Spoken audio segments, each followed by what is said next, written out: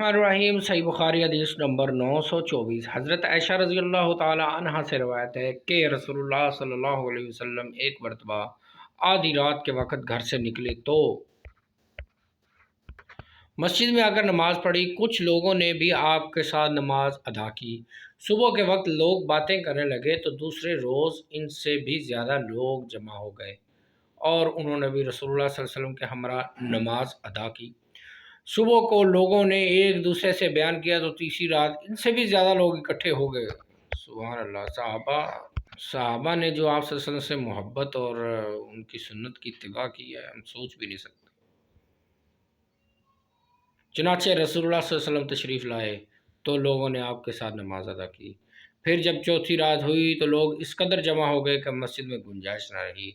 रसूलुल्लाह सल्लल्लाहु अलैहि वसल्लम नमाज फ़ज्र के लिए बाहर तशरीफ़ लाए। जब फ़ज्र की नमाज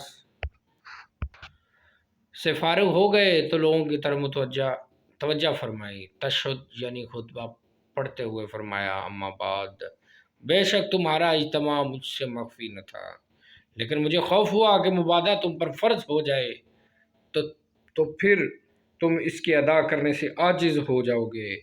इसकी यूनुस बिन यज़ीद ने मुताबियत की है।